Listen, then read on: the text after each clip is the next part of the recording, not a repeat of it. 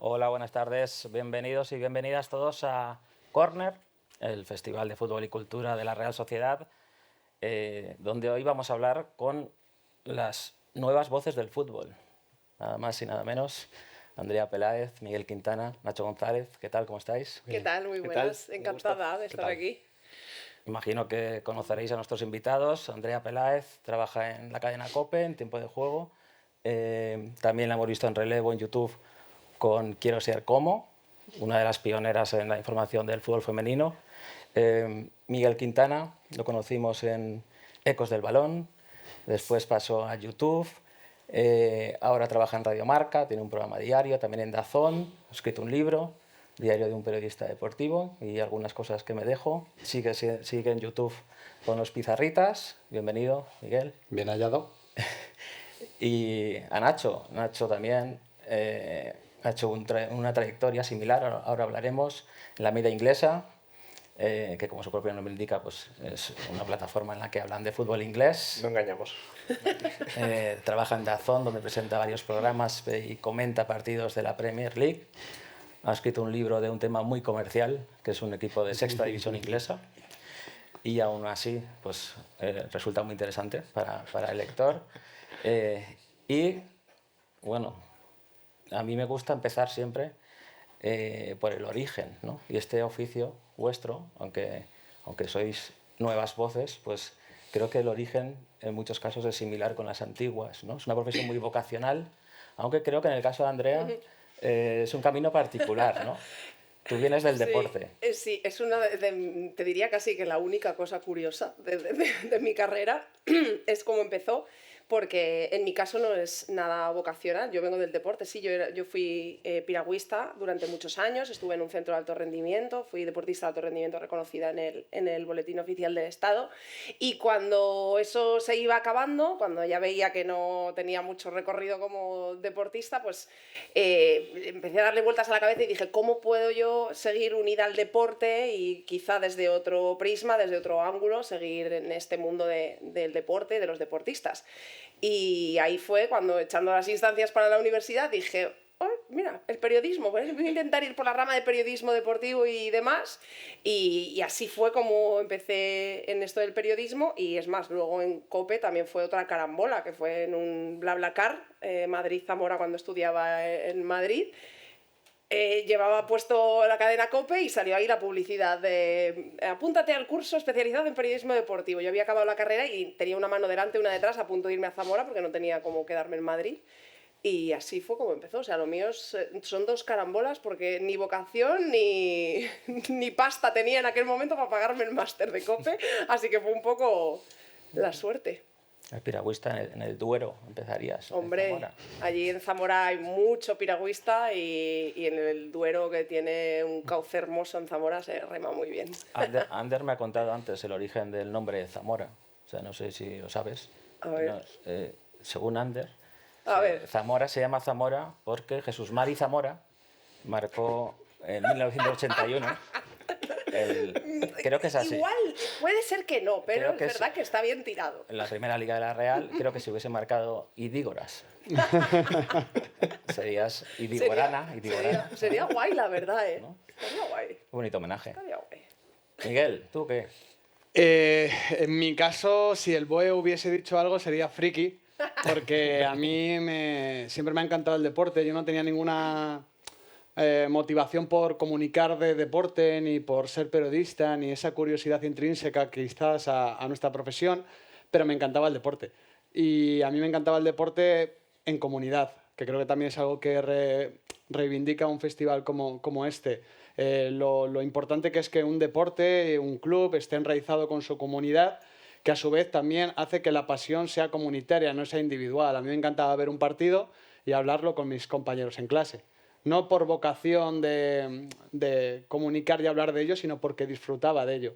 Entonces, cuando voy a rellenar ese momento de las carreras, no tenía alternativa y como era un deportista frustrado y un friki empedernido, dije, vamos a intentar monetizar la pasión y las ganas de ver un partido. Yo esta mañana me he visto el partido de la selección que anoche no pude ver y no me lo he visto porque tuviera que verlo como trabajo, que sí, es porque me apetecía. y... Buen partido, ¿eh? Muy buen partido. Aunque como Por todo... lo menos tú lo viste sabiendo cómo acababa, porque Claro, el resto claro, sufrimos un poco al claro. final, ¿eh? Ese puntito de no tener la presión, pues le quita la emoción, pero es que a mí me gusta, yo lo disfruto y al final luego he terminado descubriendo la vocación por comunicar, porque me parece muy bonito, por un lado, hablar de cosas que la gente no ha visto y contárselas, por primera vez eso es precioso, pero a mí me parece incluso más bonito hablar de algo que han visto e intentar ir un puntito más allá. Intentar explicar algo que la gente ya ha visto y que quizás puede disfrutar también de otra manera. Y encontré la vocación ahí una vez ya desarrollaba la profesión. Pero eso de que comentas, de convertir tu pasión en un trabajo, ¿no? Tu afición en un trabajo, ¿no te preocupa que a lo mejor un día eches de menos poder vivir el fútbol como un simple hincha o lo echas de menos? Ya lo echo de menos. Hace poco, en la última jornada de liga, me fui al Coliseum, tengo muchos amigos del Celta, y dije, quiero vivir este momento, necesitaba una pequeña tregua, acabo de ser padre, entonces digamos que también necesitaba una tregua vital, y digo, quiero estar en la grada, viendo el partido como aficionado, en un sitio, o sea, con una entrada que no había pagado para ese sitio en particular, y quiero disfrutarlo de esa manera. Yo he perdido eso. Pero sigo sintiendo disfrute por los partidos e incluso ahora esa pasión irracional que no puedo sentir por mi equipo ni por el fútbol en sí, por ver al rival, ¿no? Porque también los partidos del rival son bonitos porque deseas que pierdan y también hay pasión en eso. Ahora la siento por otros deportes o por la música. Son espacios que he encontrado para ser irracional, que creo que es lo bonito del fútbol. Es un pequeño espacio, 90 minutos, para dejar la lógica a otro lado. Nacho, ¿cómo empieza lo tuyo y por qué también tanto fútbol inglés? A ver, es verdad que comparado con André y con Miguel es como el camino más recto de todos porque yo tengo, bueno, mi madre en este caso tiene guardados cuadernos míos en los que me inventaba crónicas de partidos de la NBA que nunca habían sucedido. Periodismo. Periodismo. Ya no he entrenado.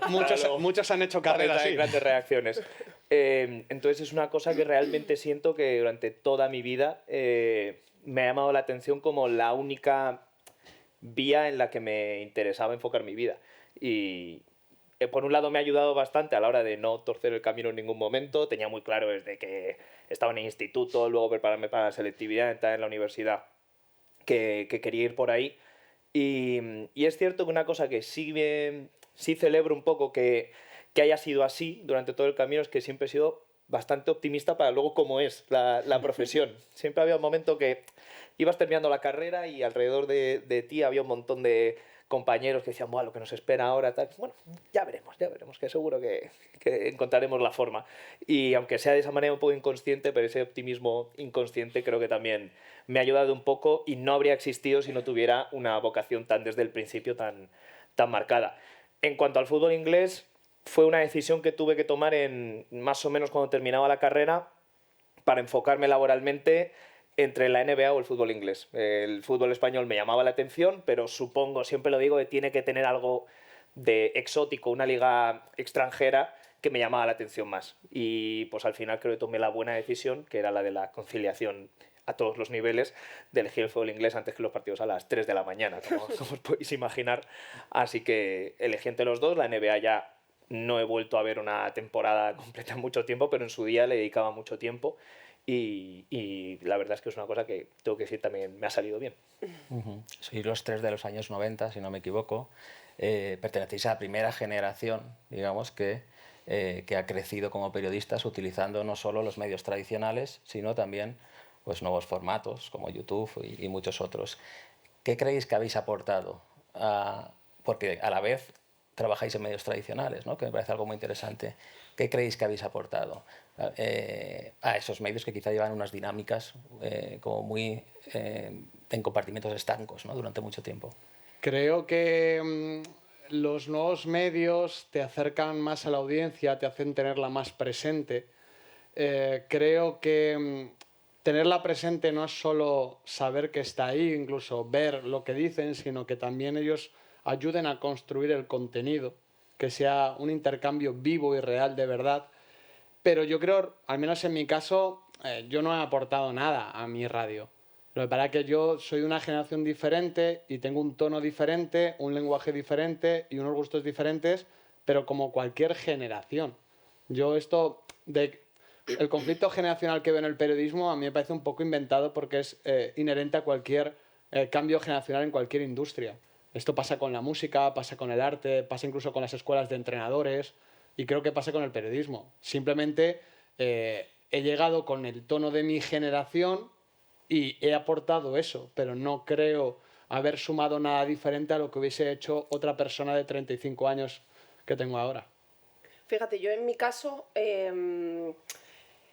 yo creo que he aportado más, o en mi caso es que convergen las dos cosas, ¿no? En un concepto generacional y un concepto de género por el fútbol del que hablo, del que estoy especializada, que es el fútbol femenino, y creo que mis compañeros y compañeras que nos dedicamos al fútbol femenino, de verdad tenemos, o sea, no es por dárnoslas de nada, pero es que yo lo siento y lo veo en la sociedad y en la gente de la que estoy rodeada, creo que jugamos un papel muy importante, que es defender un deporte que ha existido toda la vida y que ahora también está practicado por mujeres, antes también, pero ahora ya tiene la gente lo mira con otro prisma, o ha tenido un boom muy grande, que yo diría que fue el Mundial de Francia 2019, cuando en España se empezó a hablar de fútbol femenino y demás, y yo creo que mi labor, sobre todo, más que generacional, es de género, de defender el fútbol en general y en particular ahora mismo el fútbol femenino. Y yo en mi redacción fui yo la que empecé,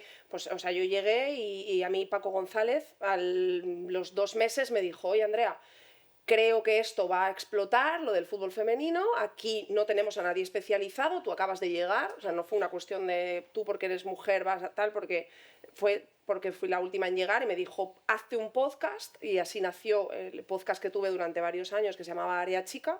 El juego hice un brainstorming en la redacción y eso fue lo más potable, Área Chica, y así fue. Y yo creo que el papel que jugamos las nuevas generaciones, además de lo que ha dicho Miguel, ¿no? De la conexión que tenemos con la audiencia, en mi caso yo creo que se potencia aún más porque la audiencia del fútbol femenino todavía es una cosa un poco más concreta, es un nicho muy concreto, tenemos una relación todavía muy grande los espectadores del femenino y los periodistas que hacemos el femenino, entonces creo que tiene ese doble valor, ¿no? Pero pienso un poco también como Miguel, que más allá de eso, pienso que otra persona habría aportado lo mismo que he aportado yo, pero en el concepto de género, creo que en el del femenino, el mundo del fútbol femenino, es un pasito más. Yo hay una cosita que veo, lo que pasa es que tampoco sé si la veo porque soy miembro de esta generación y no de otra, ¿no? Porque siempre hay que intentar marcar una distancia que a veces es imposible.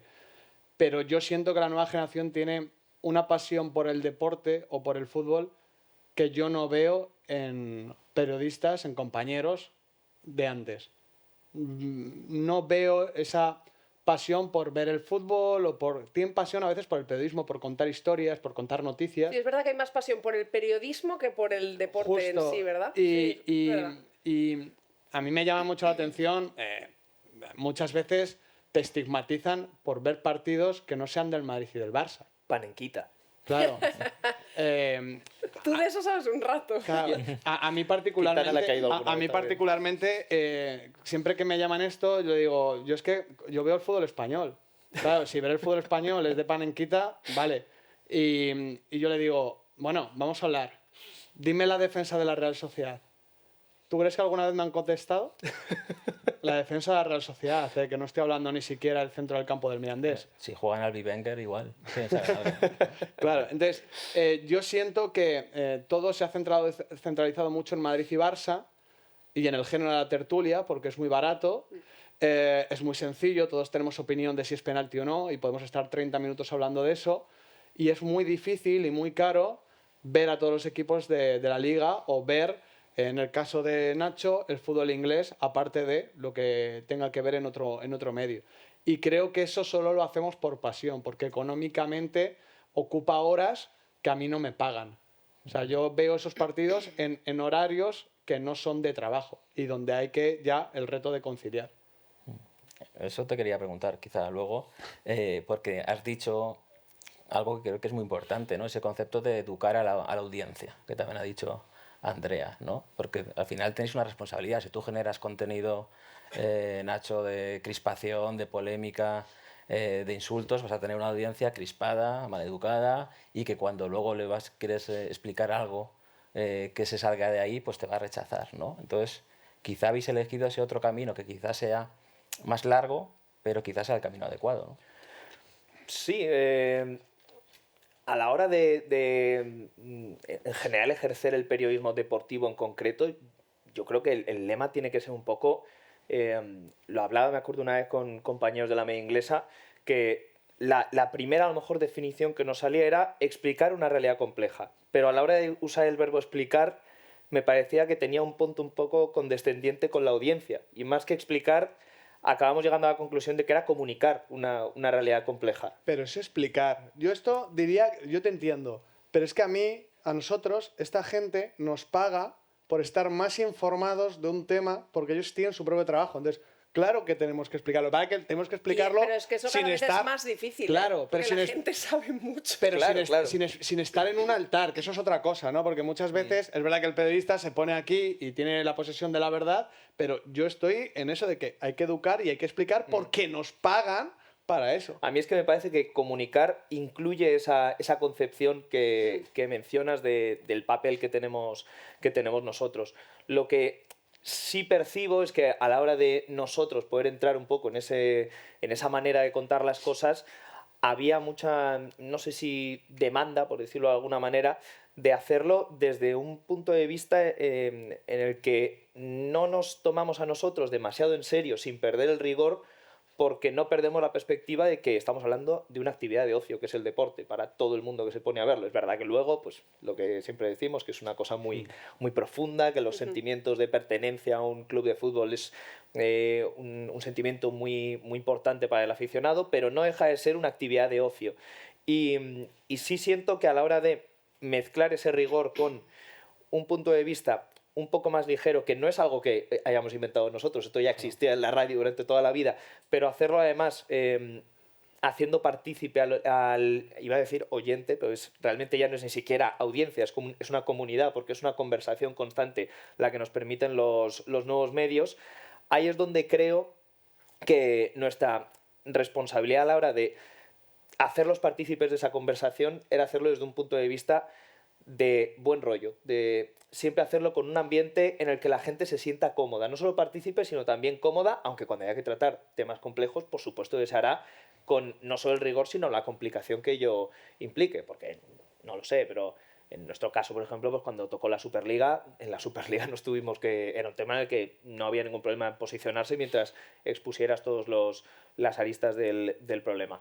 Pero sí que creo que en cuanto a aportar, en cuanto a cómo hemos educado, entre comillas, a la audiencia, ese nuevo tono, que insisto, no es tanto un nuevo tono, porque yo toda mi vida he escuchado, claro. Creo que en la radio sí que estaba más ese tono, en la tele, digamos, que es donde ha cambiado todo, pero como me siento parte de un mundo muy audiovisual, y no solo audio, vosotros venís más solo del audio en la radio, ahí es donde creo que sí, lo que sí hemos podido aportar como realmente representantes de una nueva manera de entender el fútbol y la comunicación, no tanto porque nosotros no lo hayamos inventado, es ese tono más de conversación y por tanto más, no quiero decir coloquial, porque eso me parece que le quita un pelín de rigor, pero no, sí pero más cercano. O sea, nosotras, por ejemplo, cuando teníamos el programa de relevo de Quiero ser como, que consistía en un programa de entrevistas con las jugadoras, nosotras la primera medida que tomamos es que las jugadoras tuvieran que hacer la entrevista descalzas.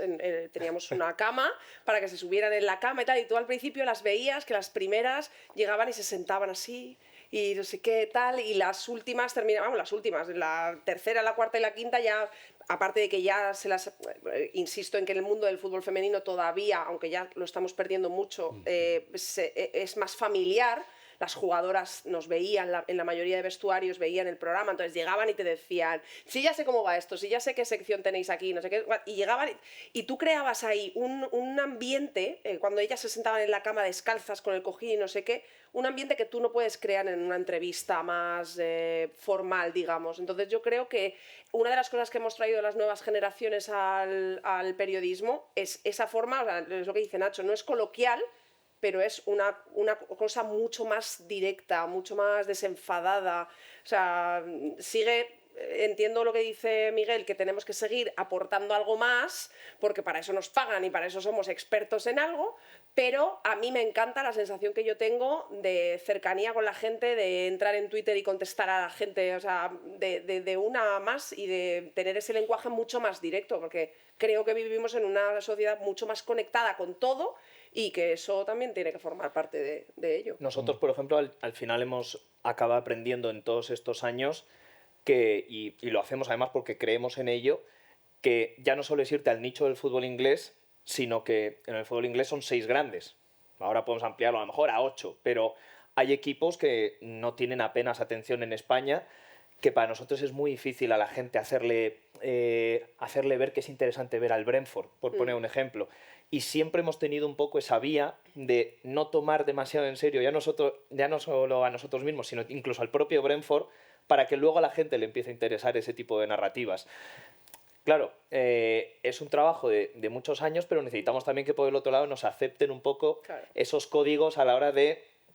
A ver, no te voy a explicar de primeras, ya te explicaré cómo es el 4-4-2 del Brentford, pero primero déjame decirte que este central, cuando tenía 13 años, abrió la cabeza contra un muro de ladrillos. Ese tipo de cosas, ese tipo de perfiles que ahora nos permiten crear la gente, creo que es un acuerdo que tenemos con la audiencia que no sé si antes existía, pero sí que ahora, ya no solo por el discurso, sino también porque nos dejen contártelo ante un vídeo de media hora, que eso es algo que yo no contaba con que nos iban a dejar hacer, es un cambio de paradigma evidente. Es que tú antes me has confesado, por ejemplo, que te pasa que muchas chicas te dicen, te escucho, te tengo todo el rato ahí en casa porque mi novio te escucha, tal.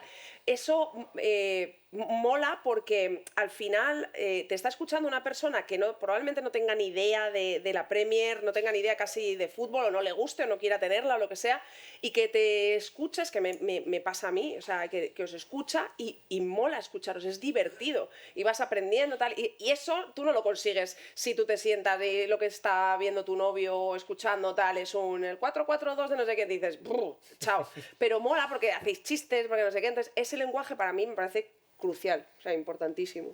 Bueno, además es compatible, ¿no? Esto lo decía Chesterton, que el antónimo de aburrido es divertido, pero el antónimo de divertido no es serio. O sea, se puede ser divertido y serio a la vez, ¿no? Es que yo creo que en este país ha habido la concepción de que hacer algo ameno y cercano suponía bajar al barro, y hacer algo serio y elevado tenía que ser aburrido. Yo recuerdo, por ejemplo, aquí llega una tele que hace un muy buen contenido como es Bain, todos vestidos de traje, tenía ese look, que está genial, pero que quizás te aleja de la audiencia en ese sentido. Y sin embargo vas a otros programas y es un look totalmente mucho más cercano, pero al mismo tiempo también no tienen esa consideración de aportar. Yo creo que se puede hablar de fútbol siendo ameno y siendo agradable. Lo que pasa que, insisto, requiere mucho esfuerzo, y si estamos hablando de periodismo podemos poner ya aquí el elefante en la habitación, y es que hay muy poco dinero. Es una crisis económica la del periodismo. Hay pocos periodistas en las redacciones. Entonces se hacen los contenidos con muy pocas personas y con muy poco tiempo, y como el periodismo es caro, pues se tiende a hacer menos periodismo. La crisis del periodismo es que hay poco periodismo en la mayoría de programas. Esa es la realidad. Entonces, cuando ves que invirtiendo un tiempo extra, que eso tiene un coste personal, porque insisto, es tiempo, es trabajo, puedes ir un poquito más allá, pues te permite llegar a sitios donde ves que los propios medios convencionales no pueden llegar, porque para mí un problema con toda esta revolución digital es que los medios de comunicación son pequeños ministerios, son muy estáticos, es muy complicado que se adapten, que sean capaces de entender un cambio. Sin embargo, 3 chavales en su habitación ahora mismo son capaces de poder hacer un buen programa, porque lo que hacía Andrea en Quiero ser como, es verdad que lo hacían en relevo, bueno, pero lo podían haber hecho por su cuenta y no hubiese... Quizás la calidad sería un poquito peor a nivel técnico, pero nadie ve ese programa por la calidad técnica exactamente, sino por la relación que crean con las protagonistas. Y eso es algo que está al alcance ahora de todo el mundo. ¿Qué sucede? Que ahora esa gente joven tiene margen y tiempo para invertirlo en crear esos contenidos y en poder aportar a la gente, y luego, insisto, en que tienen la capacidad de no pasar peajes o de no pagar peajes que ahora mismo en la mayoría de medios de comunicación hay que pagar para llegar a la cuota de clics que te permiten sobrevivir. Muy interesante. Y ese trabajo extra que dices que haces con gusto, ¿lo haces de verdad con gusto o a veces los tres que habéis creado una comunidad muy grande de seguidores que os siguen allá donde vas, a veces no os sentís un poco obligados por ellos? ¿Os condiciona? Me tienes que tener una responsabilidad. Ya, pero quiero decir, también te limita a lo mejor decir, no voy a enfadar a esta gente que me sigue. No. O sea, pero si tú has creado una... A mí sí. Yo no. A mí sí, yo es que además yo he llevado toda la vida, toda mi carrera muy mal. Polémicas, haters, de todo esto. Entonces yo, mira, hablábamos, nos han entrevistado esta mañana para la radio y demás, y nos hablaban del tema de lo del periodismo de bufanda. Si somos de decir de qué equipo... Yo no. El Zamora no Del enfada a Zamora, nadie. por supuesto. O Salamanca, quizá. Del Zamora. Del Zamora. Pero no, a mí, por ejemplo, eso no me gusta. Considero que hay distintos papeles en el periodismo, y que hay tertulianos, hay comentaristas de X equipo, exjugadores, entonces es evidente. Pero a mí nunca me ha gustado el periodismo de bufanda. Considero que los periodistas tenemos que tener una objetividad, o se nos presupone una objetividad que creo que cuando tú vas con tu bufanda ya esa no existe. Entonces, por ejemplo, pues a mí eso también me pasa de entrar en polémicas o de que dices que la gente te exige, tal, sí, pero hay muchas cosas que yo me callo porque sé que la gente que más me sigue, pues...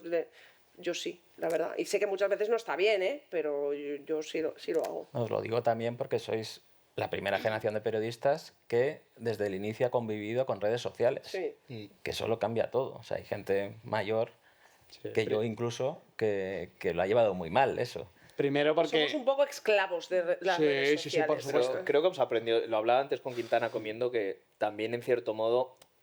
Claro, dentro de las redes sociales hay muchos tipos de redes sociales. Sí, claro, antes claro. hablábamos de que la evolución de varias redes sociales con las que hemos convivido nos ha hecho, al menos por ejemplo yo, hay un punto en el que mientras sepa que quien me quiera escuchar va a tener mi opinión o mi análisis, mejor, como quieras llamarlo, sobre un tema que puede ser algo más espinoso, estoy en paz conmigo mismo. Creo que he tratado ese tema con rigor, pero por ejemplo hay temas para los que no concibo que los códigos de Twitter no se sean puede los... hablar. O sea, pero ya no hablo de... No, es que Twitter en sí es tóxico. Twitter es una red social que a mí me permite poner unos caracteres definidos y lo hablaba antes... para lo que sirve. Claro, antes lo hablaba con Y ha Quintana. sido de las herramientas más útiles para el periodismo, Totalmente. cuando Y nació. me parece que sigue siéndolo, ¿eh?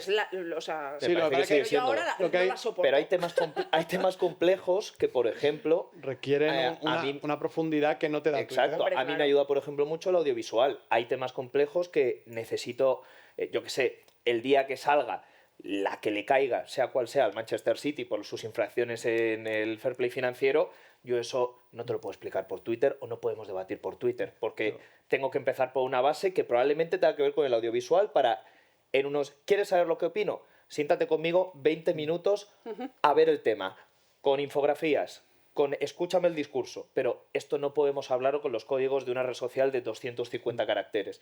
Entonces, creo que ahí, dentro de ya nuestra experiencia en redes sociales, sabemos que mientras sea un abanico de opciones que nos permita explicarnos como nosotros creemos que completamos la explicación o el debate, eso ya es una buena herramienta. Yo en lo particular creo que al final un periodista tiene que ser esclavo de algo, ¿no? Y creo que lo importante es ser esclavo de uno mismo y de su ética.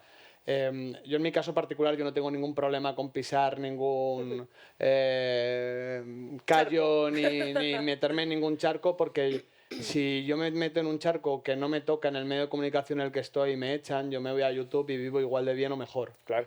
Y ese compromiso que tengo conmigo mismo igual no me lo respeta el medio de comunicación, porque sabemos de quiénes dependen los medios de comunicación, que no es exactamente de la gente. Pero en YouTube y en estos nuevos medios me permiten sí depender única y exclusivamente de la gente. Y mientras yo sea fiel a mí mismo y la gente lo pueda comprobar y ver, aunque puedan tener días de dudas, porque por mucho que respeten eso, cuando hablas mal de su equipo le toca las narices, mientras respeten ese concepto, yo voy a tener protegida mi credibilidad y y mi permiso para ser molesto, porque un periodista creo que tiene que serlo, desde la educación, desde el respeto, desde el conocimiento, pero creo que hay que tener eso, porque ahora mismo es verdad que las redes sociales te llevan a una autocensura que me parece muy chunga. Porque si ya te autocensuras tú mismo, si el sistema consigue, por la razón que sea, que tú mismo te autocensures, coño, has perdido. Y al final... Perdón por las malas palabras, pero... Y es verdad que en este caso más Miguel y yo hablamos desde plataformas que nos han permitido lo que siempre desde grupos pequeños de trabajo, pero nos han permitido lo que siempre ha sido un sueño para las redacciones, que es debernos a nuestros suscriptores Claro, de pago. ser rentables. En el momento que somos rentables a través de suscriptores de pago, eso es lo que nos da la libertad de deberte única y exclusivamente en última instancia a quien está pagando por tu contenido. Una cosa, la verdad que igual esto no es interesante, pero que sí que me parece importante, las nuevas generaciones con la comunicación, los que hemos estado desde fuera, también le damos una perspectiva económica a todo. Insisto, es que me parece muy importante hablar de dinero. Claro. Porque esto es un trabajo, porque es un oficio y estamos en una industria tremendamente deficitaria. Yo sé desde el principio cómo tengo que hacer para hacer rentable cada hora de trabajo que estoy dedicando. Creo que eso alguien que solo ha estado en una redacción no es capaz de exactamente verlo porque sabe que va a cobrar el sueldo, no es capaz de darle una perspectiva económica de yo le cuesto a mi empresa esto que cobro, esto que cuesta la seguridad social, esto que uso en dietas y yo tengo que rentabilizarlo porque el empleado tiene que ser rentable. Yo como autónomo sempiterno, Nacho también, esa perspectiva ya la tenemos y ya se la damos. Y creo que eso me parece interesante porque los medios de comunicación, aparte de tener un problema de periodismo, tienen un problema de modelo de negocio. No saben cómo ser rentables. Que si modelo freemium, que si el muro de pago, no saben cómo ser rentables sin depender de terceros, claro, que así yo también. Entonces creo que esos pequeños grupos de trabajo que hemos creado no creo que sea el ejemplo de nada para llegar a un sello importante y copiarlo, pero que 3, 4, 5 personas independientes hayan conseguido ser más rentables económicamente que grandes grupos, es para que el gran grupo también piense que algo está haciendo mal. También os lo comentaba, volvemos a lo de qué tipo de comunidad creas. O sea, no solo crear la comunidad, sino qué tipo de comunidad. Yo a veces pienso, por ejemplo, en La Sotana, programa que hacen en Cataluña, que tuvieron muchísimos problemas cuando estaban en medios, digamos, convencionales, en televisión o en radios, acabaron mal en todos. Sí. Y lo montaron por su cuenta, ¿no? Hicieron un micromecenazgo y bien con eso. Pero a la vez, ahora tienen libertad para decir lo que quieran. O no, porque si lo que dicen enfada, como tú dices, es una audiencia muy culé, muy del Barça, muy particular. Si un día de repente alguno le da por defender a Bartomeu, ¿no? Se convierten porque de verdad creen en eso, en la línea editorial del programa, Habría igual que pierden el esforzarse. micromecenazgo, ¿no? Entonces que también hay un equilibrio ahí. No, es muy tramposo porque yo siempre lo digo desde el lado de YouTube de, no, es que no dependemos de bueno, dependes de la gente y también es fácil esa autocensura que llegue también por la gente, porque tú conoces Pero es muy que bien a tu comunidad. Si tienes X suscriptores y sabes que les gusta escuchar X cosas, pues va a haber un momento en el que para no perder esa suscripción vas a cuidar decir algo que... El contenido masturbatorio está ahí. Igual, es verdad, es que igual está a él le ahí, gusta la presente. liga portuguesa y está sufriendo un montón de años ahí con... Llevo así 7 años. No, pero es verdad. Deseando hablar de belenenses. Eso pasa, pero es que yo creo que tienes que pensar a medio largo plazo. Saber que hay batallas que vas a perder, pero que tú quieres ganar la guerra. Pero vuelvo a lo mismo. Eso solo lo puedes pensar si no solo sabes que estás ganando lo suficiente para cobrar ese mes, sino también el siguiente. Si tienes un bajón en YouTube, porque tú en Internet cobras por lo que te ven. Eso es una regla de 3. No exactamente, no hay una cifra, pero es una regla de 3. Tú puedes aceptar un mes de bajón. 2, ¿hasta cuándo puedes aceptar? Si tienes esa independencia económica, puedes permitirte cabrear a cierta gente que si esa gente es de valor de tu audiencia, volverá. Claro. También por poner el otro lado, siempre me voy a acordar de uno de los peores profesores que tuve en la universidad. Yo fui a la Carlos III. Yo también. Pues, Mira. bueno, a lo mejor nos dio clase a los dos, pero me acuerdo perfectamente que era uno de estos profesores no solo chapados a la antigua, sino que además aseveró con total certeza que nadie iba a pagar por el periodismo en España, que supiéramos que éramos periodistas en un país por el que nadie iba a pagar por el periodismo. Y es verdad que yo me cuido bastante de extrapolar nuestro caso, que sí considero de éxito, a cualquier otro escenario, porque somos un caso muy concreto, nicho, grupo pequeño de trabajo, con los gastos que ello conlleva, que no son tan monstruosos como a otra escala mucho mayor, pero también por poner ese otro lado en cuanto a la comunidad, me he encontrado con que mucha gente joven, porque al final nuestra comunidad se basa en gente desde la universidad hasta los 45 años más o menos, sí está dispuesta a pagar por... Sigue siendo un porcentaje muy pequeño sobre el total de suscriptores que tienes, pero yo soy el primer sorprendido en cuanto a toda la gente que apuesta mensualmente por pagar esa contenido aportación. de calidad, porque ahora hay tanto contenido y la gente no es tonta, la gente paga por lo que realmente le interesa y realmente le aporta. Claro. Sí, pero vaya, si pagan por vuestros contenidos es que eso, vamos, es impepinable. Que nunca me he sentido esclavo de la gente que paga en ninguna opinión que he vertido ni nada por el estilo, sino en todo caso es el extra de responsabilidad por el rigor que le debes a esa gente que está pagando para dar más valor a tu. A nosotras nunca nos pasó esto en Quiero ser como, en eso no, o sea, yo me refería más bien a Andrea Peláez como individua en X, en este caso, en Twitter, ¿no? Pero es verdad que nosotras, por ejemplo, en Quiero ser como, la comunidad es la del femenino, entonces no estábamos atadas a un equipo u otro, ¿no? Pero sabes que siempre va a haber opiniones que vas a vertir en el canal, que va a haber gente que esté de acuerdo, gente que no, gente que te saca el clip y te lo pone en X y se hace viral y la gente no sé qué. Pero yo de eso no. Pero sí como individua en X, en este caso en Twitter, de opiniones que sé que me van a traer un aluvión de mensajes negativos. No sé qué. Yo de esas cosas sí que me cuido. Claro, no, es que... yo paso de eso, es que me ha mandado al psicólogo, ya es mucho dinero. Pues creo que Nacho, Miguel y yo hablamos desde el privilegio en las redes sociales futboleras, y aún así algunas, pero claro, tú ya has comentado la particularidad del fútbol femenino, el Twitter fútbol a veces... Hombre, en el fútbol femenino hay un plus que es nuestro querido machismo, que está al acecho. Yo, de las peores épocas, de las mejores profesionalmente de mi vida, fue todo lo que trajo las 15 de la selección, el mundial y el postmundial, pero el postmundial fue de las cosas más duras que yo en mi vida había recibido tantos insultos, tantas amenazas por hacer mi trabajo simplemente. Entonces yo ahí, eso fue un cambio absoluto en mi vida, y vamos, que lo digo riéndome ahora, pero eso a mí me mandó al psicólogo en el sentido de que yo tuve que aprender a canalizar y a saber que la gente que me insultaba y me amenazaba no debía darle ningún tipo de valor, pero es que cuando tú estás haciendo tu trabajo informando sobre algo de forma... Ahí es verdad que no era objetiva, porque ahí es imposible ser objetivo en un tema así, ¿no? Es subjetiva, pero creo que desde la razón y desde, no sé, desde una cosa que vio todo el mundo, yo ahí desde ese momento dije, o sea, se acabó, yo no vuelvo a pasar por esto. Y es verdad que los que hacemos el fútbol femenino, los y las, tenemos un componente de machismo y de tener que aguantar constantemente opiniones irrespetuosas y tal, que llega un momento que dices, de esto no voy a opinar, porque ¿para qué? Si me va a traer insultos, si me va a traer pasar una mala tarde.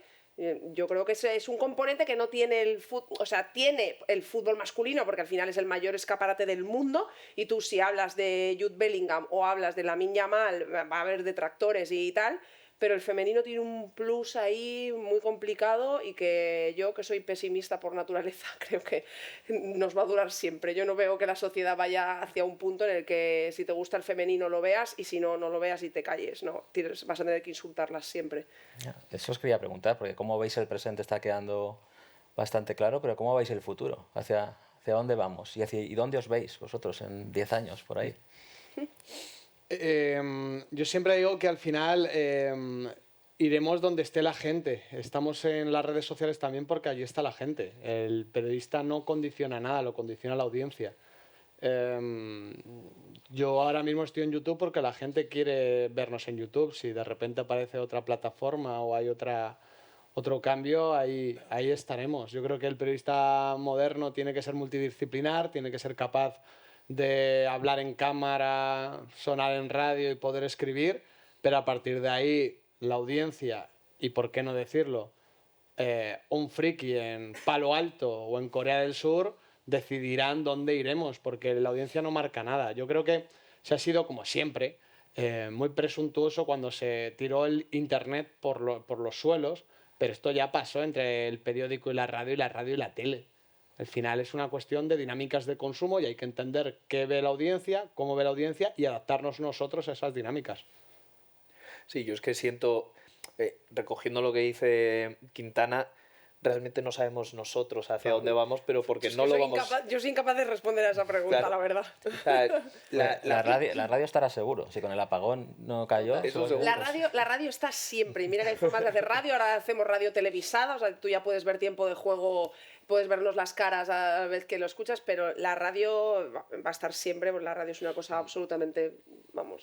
Lo único que pido que no vayamos hacia allá es que nos metan cámaras en las cabinas de retransmisión, porque eso... Pues eso ya está. Pero pero por suerte eso está en Dazón, todavía esa puerta la ha cerrado. Y yo soy de los que Es verdad, yo también está soy empujando bastante- para que no se abra la soy puerta. bastante reticente Hombre. a eso, sí, es verdad. Sobre todo porque hay reacciones que no quiero que vea la gente. Estás metido en Joder, ese a cubículo nosotros, ahí. claro, en tiempo de juego que narramos y tal, hubo narradores ya que pidieron quitarlo, o sea, que no lo retransmitiéramos porque, bueno, la gente te saca como de tú de repente estés narrando un gol de X equipo y te salga a hacer un gesto o para darle más énfasis a la voz, un puño, no sé qué, y ya eres madridista, culé, no sé qué, y ya te matan, o sea, la gente se agarra Sí. al este, Pero es como un momento de mucha intimidad. Esto, ahora que hablábamos Sí. hace un momento de Gaby Ruiz, que siempre me acuerdo cuando me lo explicó Gaby Ruiz que era muy acertado y le pregunté qué echaba de menos del periodismo, el que trabaja con Víctor Horta en dirección deportiva ahora. Y me decía que ese momento, esa horita y media, 2 horas en las que te metes en tu cabina de retransmisión del partido, solo existe ese espacio y esa intimidad que ahora nos están colando cámaras en todos lados y en ese cubículo también la valoro mucho porque además muchas veces en las retransmisiones, antes hablamos de Axel Torres. Axel Torres había un punto en el que le castigan que se mueva cuando hay un gol y que no se mueva cuando hay un gol. Entonces, Axel Torres ya está en la situación en la que va a estar mal todo. tiene Porque una- si no se mueve, mira qué carita Axel Torres con el gol del Madrid. Pero claro, es si que- se mueve, mira Axel Torres cómo se mueve con el gol del Madrid.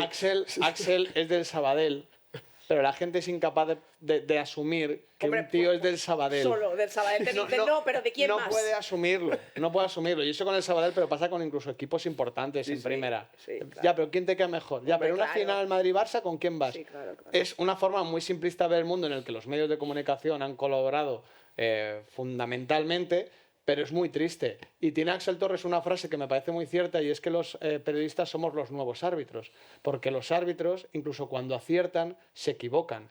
En el sentido de, tú puedes hacer un comentario de un gol correcto, pero que le va a sentar mal al que está encajando ese gol. ¿Por qué?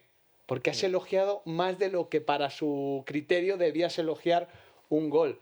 Y eso es ahí donde creo que los medios de comunicación nos hemos equivocado porque hemos visto las emociones de la gente, las hemos utilizado y exprimido y se las hemos echado en la cara para poder ser rentables.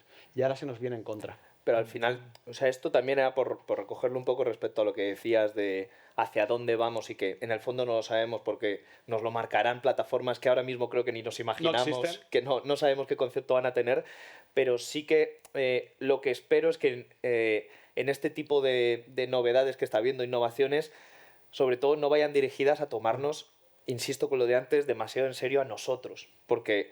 A mí esto, es verdad que no es la tele para la que trabajo ni nada por el estilo, pero aprovecho para decir que me parece un auténtico crimen que un gol no se vea pantalla completa porque estás viendo a dos periodistas cómo reaccionan a ese ¿Qué gol. más me da? Espero que al menos Es que la lo peor línea... es hacer al periodista protagonista. claro. Entonces, eso no puede pasar jamás. Espero al menos que venga lo que venga, no vaya de la Que lo mano, quiten. no vaya de la mano con que haya un punto en el que compartamos protagonismo Sí, en pantalla total. o donde sea con Total. el propio juego, que eso es algo que a mí me parece la perversión absoluta de lo que hacemos. Total. Miguel, has comentado que has sido padre. Me parece un tema muy interesante, ¿no? Porque esta profesión... ¿Por qué lo dices? no, porque nuestros horarios son conocidos, trabajas todos los fines de Nuestros semana, horarios también. Claro. Que no hay un horario. el fútbol sobre todo es así. Y a mí una cosa que me impactó mucho cuando llegué a una redacción joven y me decanté por el periodismo deportivo. Nadie me dijo nada, pero yo me di cuenta de cuando me hablaban de periodistas veteranos, pues uno estaba divorciado, el otro estaba separado, no tenía hijos o alcoholizado o todo a la vez. Y yo me esforzaba mucho por reivindicar que otra manera de ser periodista deportivo es posible y tú enseguida lo pusiste encima de la mesa y me gustó mucho eso, que no quería ser un padre ausente. Sí, porque... Primero porque tengo las prioridades claras y yo respeto quien prefiera su profesión por encima de la crianza de su hijo. Yo lo respeto. Mientras lo respete también su mujer, genial. Pero yo no quería eso. Y sé que es complicado. Entonces yo tuve que amoldar mi jornada laboral renunciando a un programa, el Post de Dazón, para poder estar los domingos en casa y los lunes también por la mañana y además ya no solo estar, sino estar bien. Y la verdad es que es la mejor decisión que he tomado. Creo que es un reto permanente porque por suerte llegan muchas cosas y el periodista todavía tiene miedo a rechazar cosas porque se siente todavía indefenso. Yo estoy en una situación de privilegio, pero sigo siendo autónomo. Yo si mañana me rompo la pierna y no puedo trabajar, a cero. Esto me pasó en la pandemia. Entonces, esa sensación de indefensión todavía la tengo, pero sigo priorizando mi unidad familiar, mi pareja y mi hijo porque lo considero más relevante, más importante. ¿No? Yo lo que dije en esa entrevista más en relevo es que yo quiero hacer todo en esta profesión. Yo quiero llegar hasta donde pueda yo. Ahora bien, lo voy a hacer con mis reglas, no lo voy a hacer a condición de no saber cuál es el mejor amigo de mi hijo. Esa frase de rapero, es de rapero, no de periodista deportivo. Mañana voy a ver Es de rapero. macarra. Pero es algo que la... Es que yo soy macarra. Es Para algo que ahora que... voy bien vestido y... No, es algo que tener hijos lo hace visible, pero no solo tener hijos. Si no quieres tener hijos, da igual. Es hacer la profesión compatible Ya, pero es con que la vida. hay mucha gente muchas que veces tiene, no que es, tiene ¿no? problemas y por eso no tienen esa pasión por el fútbol. Es que hay que trabajar los fines de semana, coño. Es que ya lo sabes. Si es que cuando obviamente. te metes, ya lo Pero sabes. cómo cuesta, cuando Bueno. llegas y lo tienes que hacer, dices, Claro. ay, Pero me he equivocado. Sí, claro, y cuesta mantenerlo porque a veces esa pasión que tienes con 18 años no se mantiene con 35 y además tus Efectivamente. preferencias O sea, son lo que otras. empezabas con una ilusión Claro. tremenda y un no sé qué, se convierte en un trabajo. O sea, es que no deja de ser un trabajo, que la gente cuando dice, Claro. trabajas viendo fútbol. Y sí, pero trabajo. Totalmente, lo que pasa es que a fin de cuentas, yo es que soy de los que se quejan poco. O sea, yo no veo a un camarero que se esté quejando porque trabaja un sábado. Trabaja un sábado porque es camarero y no le veo llorando por los rincones, como a veces hacemos los periodistas. Entonces creo que hay que entender que el fútbol se juega cuando la mayoría de personas descansa. Ese es nuestro valor y tenemos que asumirlo. No, y probablemente hagas más falta en casa el lunes y el martes que el Sí, domingo. posiblemente. Estamos acabando, llevamos casi una hora. No quería olvidarme yo de mandar un fuerte abrazo a Sara Jiménez, que tenía que estar Por aquí supuesto. moderando la charla y por un problema familiar no ha podido venir. Y también nos gustaría abrir un poco el turno de preguntas a nuestros invitados, lo que queráis preguntar. Por allá, por favor. Se ha animado el primero, ¿eh? Pero Tenías dudas y tu tono bajo no ha ayudado, la verdad. Rompe el hielo. Se Sí, iba sí, haciendo sí, sí. pequeño, ¿eh? Bicho gola. Toda confianza. el primero suele costar mucho. Hola, hola a los tres. Hola. Felicidades por vuestro trabajo. La pregunta va para Nacho. Valiente. Llevo muchas temporadas viendo vídeos de la media inglesa, muchos vídeos en mercados de transferencia y estoy un poco cansado de ver cómo recomendáis jugadores de la Real a equipos de la Premier. Ya habéis conseguido a Es Odegaard, que son muy buenos. Toma, Merino, el Isaac. recadito, toma. No te voy a preguntar por el siguiente porque creo que es evidente, todos aquí sabemos quién es el siguiente. ¿Podrías hacer el ejercicio contrario? Colocar a alguno de la Premier en la Real. Dime una posición que necesitéis. Delantero. ¿Cuál no ahora mismo? Buah, ¿cuál no? delantero. Fíjate, está ahora buscando salida un tío guapísimo. Se lesiona mucho, pero es muy guapo, marca muchos goles y su equipo necesita pasta, Callum Wilson. Creo que tenemos a Sadik ya, pero Pero gracias por la sonrisa de Callum Wilson os va a enamorar. 20 millones y está hecho. Muchas gracias. 20 millones, dice en la liga, 20 millones. Yo entrevisté al director deportivo del Rayo el otro día y dijo, tuvimos que asumir un riesgo importante con Batalla. Batalla, 1.400.000. En la Premier, Cada uno asume los riesgos Claro, que quiere, claro. claro. O sea, Chico, ¿qué En la quieres? Premier, ¿cuánto cuesta Liam Delap? 30 millones como estos. Qué friki.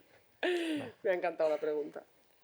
Me va el Newcastle, pide precio por batalla y dice, ponme 30. Claro, claro. O sea, 1 millón no tengo suelto. Hay otra persona, ¿no? Parece que quiere hacer pregunta. O está poniendo la mano en la cara y yo me he venido arriba. Sí. Ha Te hecho has venido ilusiones. arriba, te has venido Ha sido arriba. más gesto. Me ha hecho de todas maneras... Ahora voy a pensármelo 2 veces con lo de la Real Sociedad. Pero esto es culpa de los directores deportivos de la Me ha Premier. encan- Es me que ha les encantado. encanta venir aquí. Estoy harto de ver cómo me ha encantado. A ver, otra para Nacho también. Muy bien. Bueno, sois los 3 más o menos de la misma generación, compartís plataformas, pero Nacho comparte su plataforma con Ilie, que es de otra generación. Entonces yo quería preguntarle a ver si se nota ese cambio generacional con Ilie. Esa es una pregunta. Y la segunda es, ¿por qué eres del Newcastle? Ostras, está en todas las charlas que me la preguntan.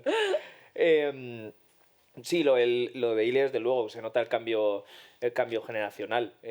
Además, nos conocemos desde hace 10 años y durante una década las relaciones cambian mucho. Mi relación ahora con Ile no tiene nada que ver con hace 5 años. Él ya está en otro momento de su vida profesional, tiene otros intereses y son muy diferentes a los míos. A mí me sigue llamando mucho la atención seguir viendo partidos los fines de semana, estar delante de cámara, cosa que a él ahora no le motiva demasiado, y aunque los dos seguimos dedicándonos al mismo proyecto, pues noto que son otros, ya no otros intereses, sino otros momentos vitales. Y eso también pues es evidente. Creo que una parte del atractivo de la media inglesa cuando creció mucho en YouTube, en la parte de pues eso, de crecimiento exponencial, era también ese punto que a la gente le solía hacer gracia de yo tener cultura de internet, conocer memes, cosas que se habían hecho virales, mientras que él no tenía ningún conocimiento sobre nada de eso.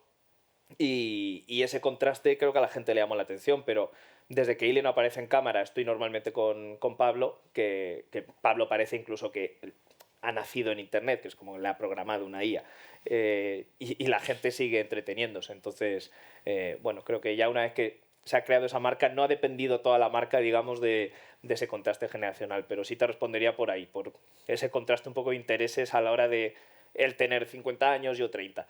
Y sobre lo del Newcastle siempre digo lo mismo. Yo siempre he comentado que nací en familia madridista, completamente madridista. Mi padre es la persona más madridista que os podéis imaginar. Y creo que me acerqué al Newcastle un poco por contraste. Porque pues, siempre había, pues, evidentemente, celebrado los títulos del Madrid y digamos que me atrajo un equipo en lo que lo normal era perder. Porque en el Real Madrid el sentimiento normal es ganar. Tú afrontas un fin de semana o que te visite un equipo dando por hecho que ese equipo le vas a ganar. Y me empezó a llamar mucho la atención esa cultura del perdedor, que el Newcastle hasta esta temporada ha sido el gran perdedor de Inglaterra, toda su puñetera vida. Y digamos que ahí tuve como esa primera conexión, pero luego evidentemente a mí me unió mucho al Newcastle el hecho de vivir cerca de Newcastle. Yo cuando me fui a estudiar a Escocia lo hice a 1 hora en tren de Newcastle, puedo estar muy cerca de la ciudad, y a mí eso es algo que me conecta mucho además a los clubes, tener el conocimiento de su entorno social, geográfico. Siento que Newcastle es una ciudad además que me conozco muy bien de primera mano, que cada vez que voy allí me es un entorno muy, muy familiar, aunque no sea mi casa ni nada por el estilo, y a partir de establecer esas conexiones pues acabó siendo mi equipo, porque de la manera que yo entiendo el fútbol hay un equipo que heredas, y que está muy bien que así sea, pero también creo que hay un espacio para un equipo que elijas. Y aunque yo no tenga ningún lazo en el árbol genealógico con el Newcastle, pues fue mi caso. Eso es algo muy de los guapos, buscar algo con lo que sufrir, ¿no? Que si no era, ¿no? Si yo quería preguntaros, putearos un poco y sobre todo a Miguel, hoy que os ha invitado a un club, me interesa vuestra opinión, que habéis hablado un poco del papel de los clubs. ¿Qué os parece que los clubs estén convirtiendo también un poco la comunicación en una vía de negocio? ¿Qué te parece a ti? De monetizar, me parece muy, ¿Pero tú trabajas aquí? me parece muy mal, me parece muy mal. Pájaro.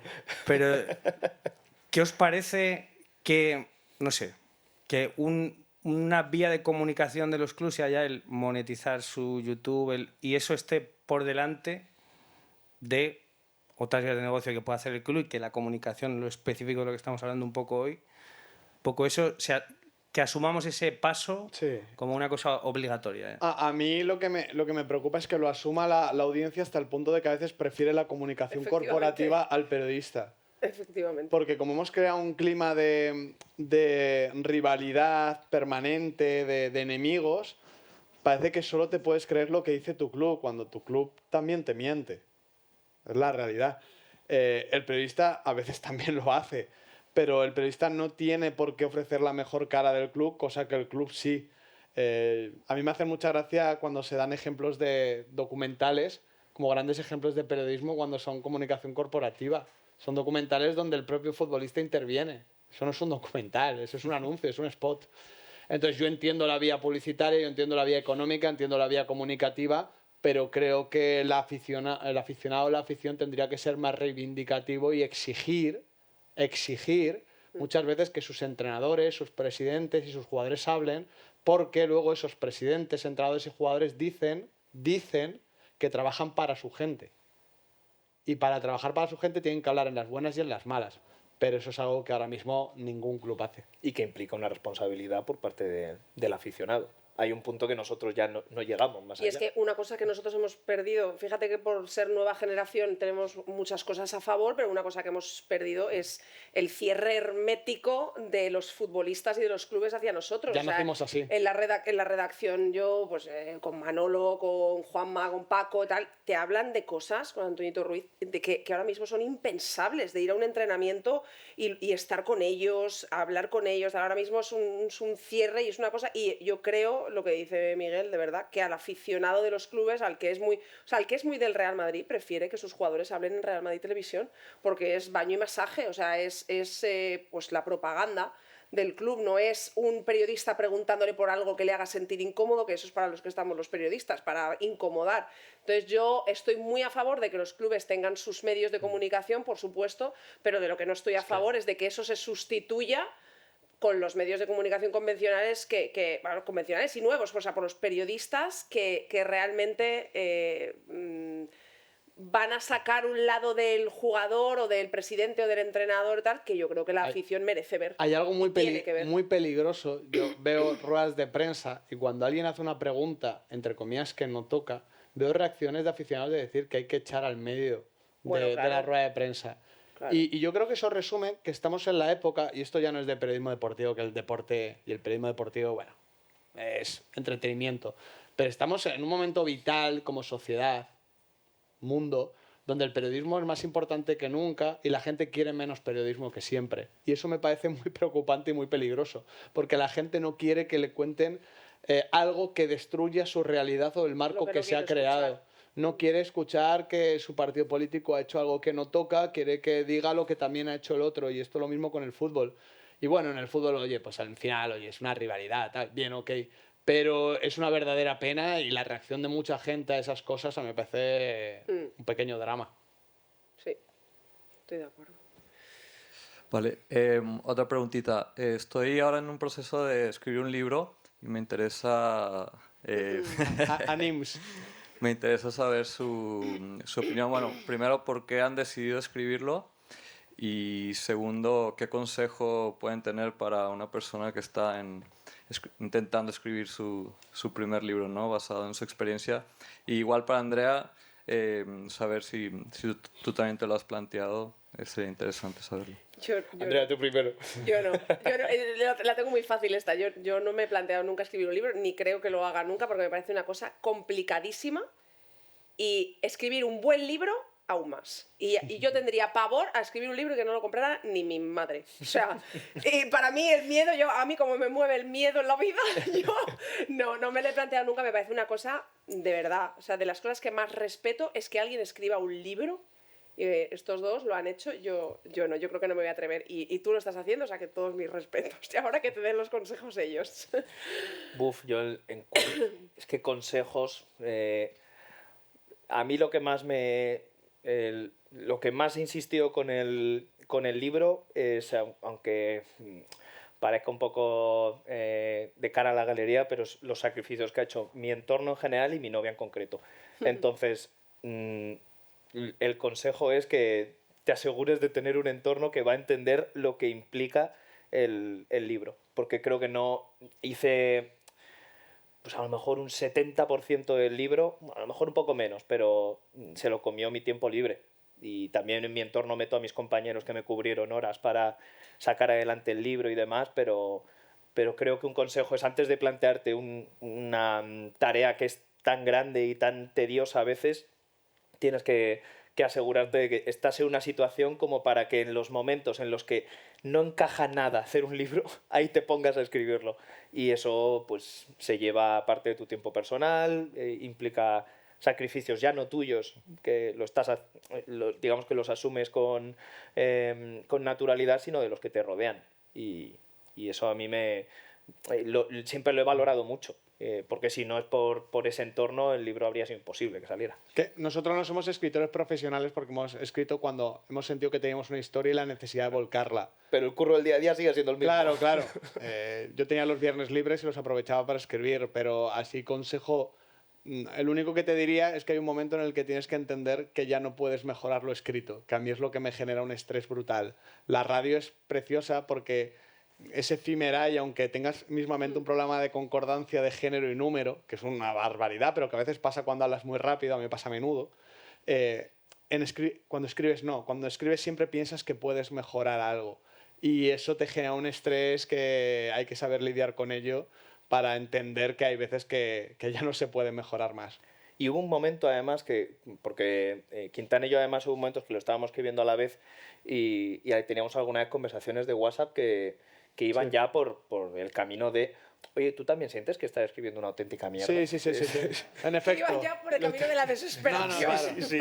Pero los dos creo que tuvimos varios momentos de dilema de, ¿esto le va a interesar a alguien? Claro. Pero es verdad que... ¿Ves? Es que yo no podría con eso. Pero a medida Yo que no iba puedo. avanzando, yo hubo un momento que metí tantas anécdotas que eran completamente absurdas, pero siempre en el momento de duda llegaba al punto de, a mí me gusta esta anécdota, me interesa, me hace gracia, creo que aporta a la hora de construir, en este caso, una imagen al lector de lo que es el Maidstone. Si la respuesta era sí, si a mí me convencía, ya encontraría la forma o al menos si a mí me convencía, era una razón suficiente como para que entrara en el libro. Te van a entrar muchas veces esas dudas, pero creo que no te debes más que a ti mismo para decidir si sí o no entran esas cosas en el libro. Y creo que luego se transmite muy bien si hay un convencimiento pleno en que eso te gusta y que crees en lo que estás contando de cara al lector. Entonces no te tienes que preocupar o anticipar a esa reacción del lector cuando... Si a ti te está gustando, eso es lo importante. Y suerte. Primero, bueno, en principio para Miguel, pero en realidad para todos, porque entiendo que todos tenéis vuestras propias líneas rojas a la hora de decidir qué hacer y qué no. ¿Qué diríais que es lo más difícil que ha sido en lo que está siendo vuestro camino a la hora de cuándo elegir si hacéis algo o no y de qué manera lo hacéis?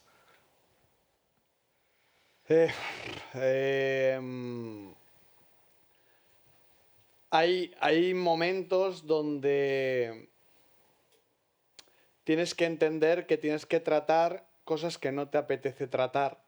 Porque cuando venimos de internet y venimos de hacer un poco lo que nos apetece, pero una vez yo paso a estar en radio 3 horas, Radio Nacional, entiendo que tengo que tratar temas pues que no me apetece y no me gustan tratar. Y eso cuesta. Más allá de eso, pues hay veces que me he tenido que posicionar con temas que podían haber salido mal y me podían haber puesto en una situación delicada con mi puesto de trabajo, pero eso a mí particularmente no me cuesta, insisto, porque si me echan del curro en el que estoy o en el que esté, pues sigo teniendo esa red de seguridad, pero eso lo considero un privilegio, el poder... El otro día me preguntaban en la presentación del libro de Valencia que qué es lo mejor que tiene tu trabajo y yo decía, y siento ser muy mal educado, que lo mejor es que puedo mandar a quien me dé la gana a tomar por saco. Y la gran virtud de poder mandar a tomar por saco a quien toque protege tu independencia y protege tus líneas rojas. Entonces, eso es quizás lo que más a veces cuesta. Pues yo no puedo mandar a tomar por saco a nadie porque yo soy asalariada, yo tranquilita en mi puesto de trabajo, pero yo, mira, fíjate que voy a recoger un poco las palabras que ha dicho Nacho con lo del libro. Yo una línea roja que siempre he puesto en mi trabajo y en todo es soy yo. O sea, el estar yo tranquila, el estar yo bien, en que nada de lo que yo haga en mi trabajo afecte ni a mi salud mental ni a mi vida personal, tal, porque soy una persona que a mí me ha costado siempre mucho separar mi vida profesional de mi vida personal. O sea, todo lo que lo que a mí me cargaban encima en mi vida profesional, yo me lo llevaba a la personal y entonces una de las líneas rojas para mí en mi trabajo es que eso no me pase. Que si veo que hay algo que va a pasar ese límite, a mí no me van a pagar más por pasar ese límite, ni por comprometerme más, ni por meterme en lugar de hasta aquí en el barro. Entonces, para mí sería esa, que es un poco lo que ha dicho Nacho con el libro, pues yo me lo llevo a lo profesional, al trabajo. Yo desde mi punto de vista es un poco respecto, por ejemplo, a los problemas que habéis dicho vosotros, que habéis enfrentado con lo que sucedió con Rubiales, un Real Madrid-Barça. Es injusto desde mi posición compararme, porque a mí la distancia que te da cubrir el fútbol inglés en España me salva de un montón de toxicidad que ellos sí reciben. Puedo recibir cierta toxicidad, pero no me parece al mismo nivel. Entonces, más que ir por ahí, en todo caso, pues te iría por un tema de dinero, como hablamos antes de dinero, el tema de saber, ya no con las últimas regulaciones y demás ya no sucede tanto, pero hubo una época en la que sí sentía que estaba renunciando a mucho dinero por no trabajar con casas de apuestas. Y esto lo digo habiendo trabajado con casas hice un mundial, el de Rusia, lo cubrí con una casa de apuestas, pero luego, tanto por ver cómo funcionaba el programa desde dentro, como luego porque ya no solo yo, sino gente que sabía el tema me enseñara sobre el tema, tomé la decisión personal de no trabajar con casa de apuestas. Pero sí hubo una época que sí sentí que llegaban muchas propuestas y que constantemente estaba creciendo el proyecto, pero granito a granito de arena y sentías que te ofrecían muchos atajos que no podías coger. Entonces, bueno, como a la hora de hablar de líneas rojas, pues sí es un buen ejemplo. No sé si hay alguna pregunta más, no sé si tenemos tiempo para la última.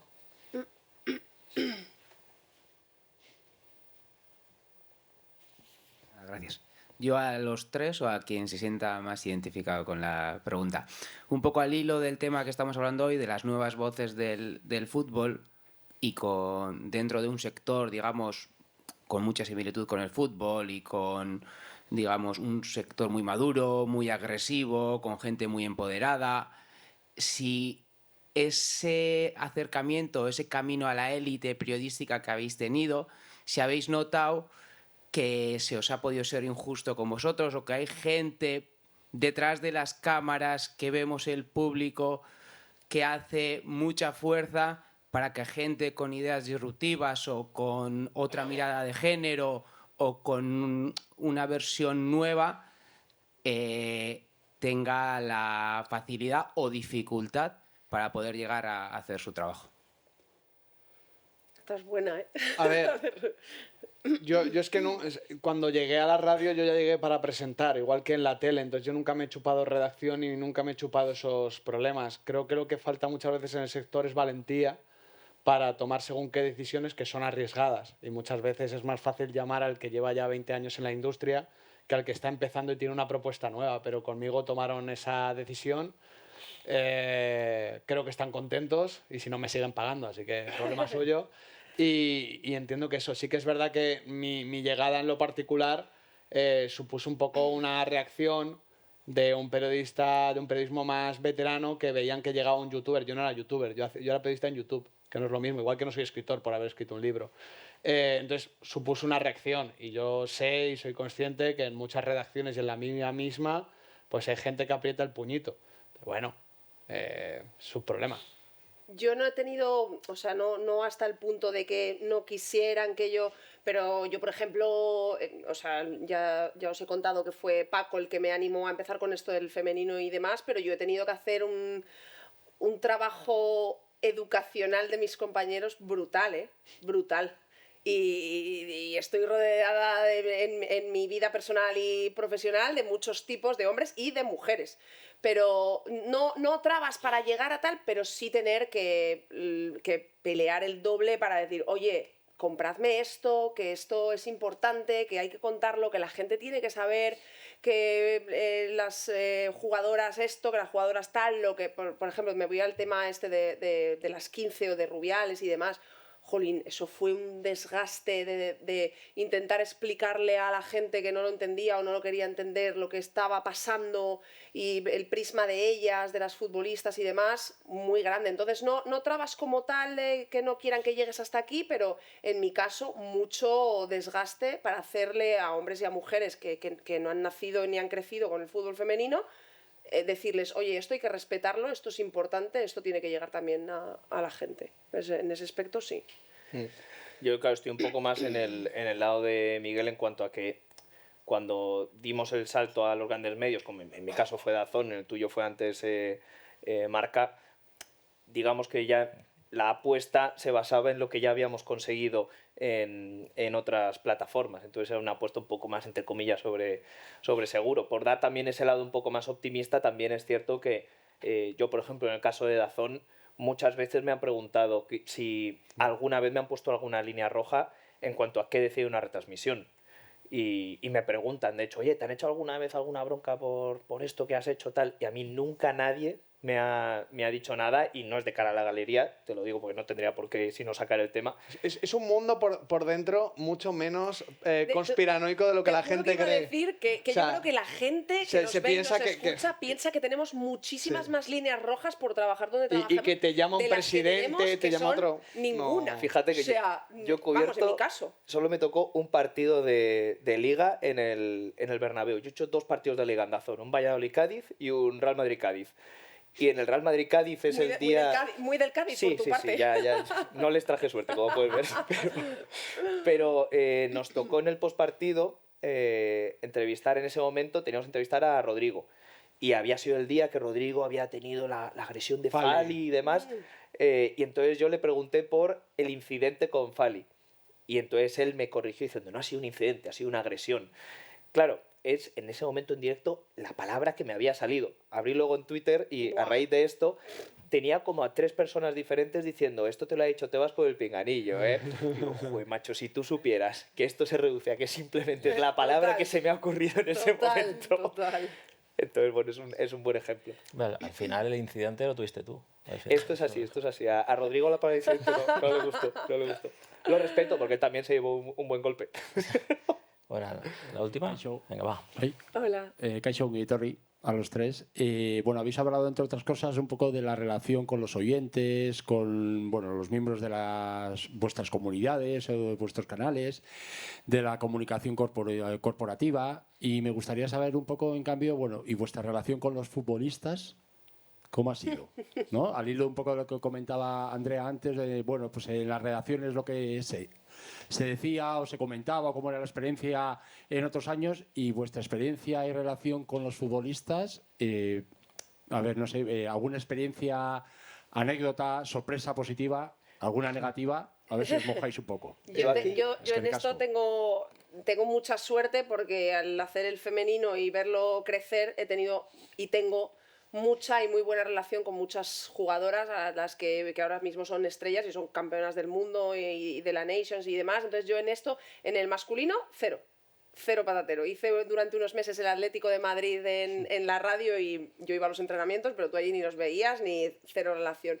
Pero con las futbolistas, por ejemplo, me considero muy afortunada porque he pertenecido a ese grupo de periodistas que se dedicaba a hacer el femenino cuando todavía no era lo que es ahora, que es un poco más hermético. Pues, por ejemplo, todas las futbolistas del Barça ya no te puedes prácticamente acercar, a las del Real Madrid no conceden entrevistas, tal, hay clubes más abiertos, pero, por ejemplo, yo tengo mucha suerte, por ejemplo, el Mundial, que fue la mejor experiencia de mi vida. Yo he llorado con las futbolistas en zona mixta, me he abrazado con ellas, me han dado las gracias por estar allí cuando nadie estaba. O sea, tenemos todavía ese nivel de cercanía que creo que se está perdiendo, se va a llegar a perder porque con las nuevas generaciones no me pasa esto. Yo tengo relaciones más estrechas con Jenny Hermoso, con Alexia, con Irene Paredes, demás jugadoras de más años, y que eso se está perdiendo y a mí me da mucha pena no haber podido vivir esto en el masculino. No sé si Miguel o Nacho ahora te dirán lo contrario, pero me siento afortunada en ese sentido, pero se está perdiendo igual en el femenino que se ha perdido en el masculino, la verdad. Sí, en mi caso la mayoría de relaciones son absolutamente puntuales y de situación. O sea, el otro día estaba jugando al pádel con un portero de primera división, ¿pero por qué? Porque es mi vecino. O sea, que tampoco hay mucho más misterio. ¿Y por qué? ¿Qué revés tienes? Y porque hacemos gran pareja juntos, la verdad. Luego hay algunos que consumen nuestro contenido y que te hacen un comentario de forma natural. Mi forma de acercarme a ellos es absolutamente también natural porque yo no me encargo de dar noticias. Entonces yo cuando hablo con ellos simplemente me gusta entender lo que hay detrás, pero nunca busco dar ninguna noticia al respecto. Pero sí que puedo contar una anécdota. Un día en el Villamarín, porque además creo que ahora es bonita, habíamos hecho un análisis de la Unión Deportiva Las Palmas y habíamos hablado de Kirian y habíamos elogiado a Kirian sin estar permanentemente diciendo que había superado un cáncer. Porque me parece que a veces también se habla con condescendencia de estas historias y es como que hay que decir permanentemente el tema del cáncer. Por ejemplo, ahora con Luis Enrique creo que se ha abusado una barbaridad de recordarle que su hija falleció, como si el pobre hombre no lo tuviese presente. ¿Por qué? Para generar clics. Basura. Entonces nosotros intentamos centrarnos en lo futbolístico y en medio de una entrevista ahí, después del partido del Betis Las Palmas, agradeció que lo hubiésemos valorado como un futbolista y no como un paciente que había superado el cáncer. Y luego llegando al hotel nos lo agradeció su padre de una forma muy cariñosa porque el padre seguramente lo había vivido de una forma especial. Entonces, bueno, esa es una relación, fíjate, muy cortita. Tengo buen rollo con Kirian a partir de eso y evidentemente estoy con él en toda la recuperación, pero no deja de ser absolutamente fortuita de que a él le pasaron el vídeo en el que hablábamos de él, le gustó y cuando me vio ahí en el campo me lo dijo. Pero ¿y no te ha pasado lo contrario también? Porque a mí, por ejemplo, con jugadoras, típica nota después del partido y la jugadora con la que no has hablado en tu vida, de repente un directo en Twitter. ¿Por qué? ¿Por qué un 5,5? Y yo, pues porque has hecho un mal partido, tía. O jugadoras, por ejemplo, yo comenté varios partidos en DAZN de la Champions, no sé qué, y te sacan el clip. O sea, una jugadora hace un partido, bueno, discreto tal, pero tiene una cagada, tú lo comentas y dices, madre mía, vaya tal. Y 5 minutos después del partido, que es imposible, ella no ha visto la retransmisión, alguien le ha pasado el clip y te va a pedir explicaciones. Yo flipo con eso, ¿eh? A mí yo con flipo los jugadores... porque parece que no se enteran de nada, No, pero se enteran de todo, lo ven todo, lo leen todo y luego eligen, contigo hablo, contigo no, según las opiniones que viertas sobre ellas o ellos. Jugadores no, representantes sí. Porque, bueno, lo de los representantes claro, son los que entienden que su trabajo es defender a su protegido. También te digo que eso se soluciona tan fácil como de decirle... Perfecto, genial, un saludo. Okay, o sea, claro, o sea, no me cuentes tu vida. O sea, hombre, claro, obviamente. O sea, ya está. Y eso, evidentemente, pues te cierra igual entrevistarle y tal y demás historias, pero es que si hablas en base a qué te puede condicionar, no eres periodista, eres otra cosa. Tal cual.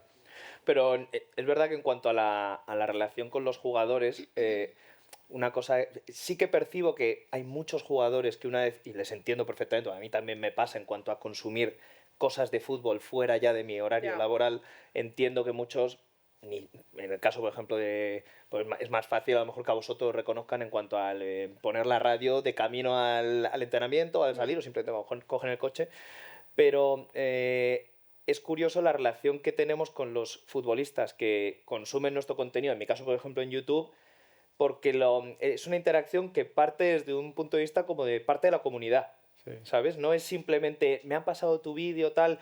Claro, nosotros el día que... Siempre ponemos el mismo ejemplo, nos ha pasado ya con algunos, pero el día que llega Pablo Fornals y sin conocerle nada, nos dice, chavales, que quiero regalarle vuestra sudadera a Micael Antonio.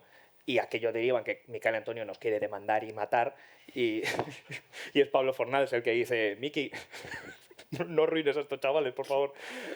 Pero cuando te das cuenta de que eso, por un lado, es una nueva manera, creo, de interactuar con los futbolistas que también es muy satisfactoria para nosotros. Hombre, es que me contaron el otro día una muy buena anécdota. Porque claro, ahora estos jugadores ya son veteranos y igual no han crecido tanto con Respa. Ahora están los chavales, pues aquí en el Sanse, que seguramente consuma mucho YouTube y que te puede conocer y luego crecer. Me contaron el otro día que había un rapero que había ido a la Masía a hacer un poquito de freestyle, ¿vale? Y uno de los chavales que le había escrito al rapero diciendo, oh, qué guay y tal, se llamaba Lamine Yamal. No contestó al chaval Y yéndole a escribir algo que no sé en qué momento, vio que el chaval le había escrito hace 3 o 4 años en modo fan con el freestyle. Y ahora, claro, pues la viña Claro. mal se le da bien. Pero vaya, que aunque sean casos muy puntuales, pero de hecho te contaba Álvaro Fidalgo, por ejemplo, que está jugando en el Club América, con Fidalgo también tenemos una interacción como muy curiosa porque me escribió un día diciendo, Nacho, acabo de hacer una apuesta con un compañero de equipo y solo te lo puedo preguntar a ti porque nadie más se me ocurre que lo sepa. ¿Quién colocó a Joelinton en el centro del campo? ¿Steve Bruce o Eddie Howe? Y digo, hostia Álvaro, lo primero, hola. Qué cosa más rara, pero te lo respondo. Y a partir de ahí como generas una interacción que, insisto en que viene como de que el futbolista es parte de la comunidad, que es bastante chulo. Pero por añadir en cuanto a la relación con los futbolistas, yo una cosa que sí he notado es que si la primera puerta nos la abre el departamento de prensa, esa barrera que antes existía de solo un canal de YouTube, ya no existe. ya a muchos incluso les lo consideran un añadido. Yo tengo 2 ejemplos. Uno es con el Betis, con Héctor Bellerín. Nos ayudó muchísimo el departamento de prensa porque una cosa que sí tengo que decir que encuentro, y tú lo debes encontrar muchísimo más, no sé si eso habrá llegado ya al fútbol femenino, pero puede ser, la primera barrera fundamental es que todos los futbolistas de la mayoría de clubes de la liga, la barrera está en no me preguntéis por el Madrid y el Barça, por favor. Claro. Y con Bellerín, por ejemplo, tuvo que insistir mucho la jefa de prensa del Betis en Héctor, no te van a preguntar cuándo vuelves al Barça. De verdad, estos chicos vienen a otra cosa. Y al final lo consiguió. Y claro, luego nos encontramos que Bellerín se sentó con nosotros y estuvo hablando 50 minutos y nos acabó hablando de la guerra de Ucrania y Jeremy Corbyn incluso comentó la entrevista con Bellerín. Es decir, luego una vez que se estableció esa relación de confianza, Están cómodos. creo que los futbolistas saben apreciar que... Ven que no mordemos, que no... Exacto. Que no somos el enemigo. Eso es, pero sí he notado siempre en esa relación que una vez que se derriba la barrera Madrid-Barça, no sé si está aquí John Ander, no está, pero aquí también hemos venido a entrevistar, en este caso vinimos a entrevistar a Mikel Merino, y cuando acabamos la entrevista, el propio Mikel también nos lo dijo, que es una cosa tan básica, me dijo, joder, nada, que me ha encantado, que todo bien, pero ya no es, se lo ha pasado bien y tal, pero siempre te mencionan lo de sobre todo el que no ha salido el tema ni Madrid ni Barça. Pero te lo llevaste al Arsenal. Luego me llevé al Arsenal, es verdad. Claro.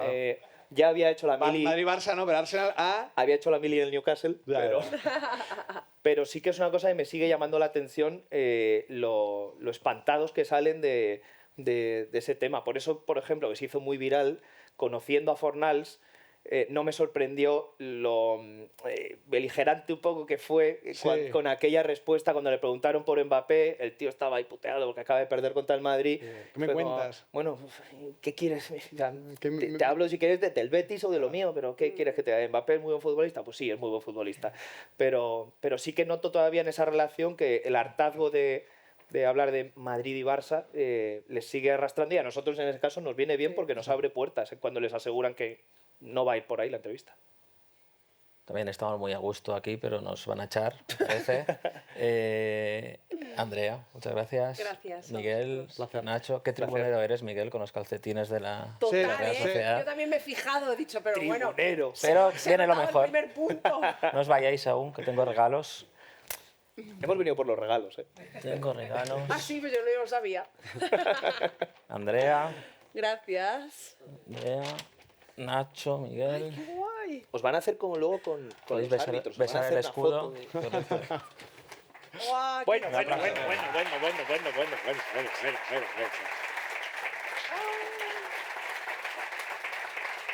me encanta. Muy bonita. Qué guay. Impresionante, Impresionante. Joder. Qué guay. Muchísimas Muchas gracias. Muchas gracias.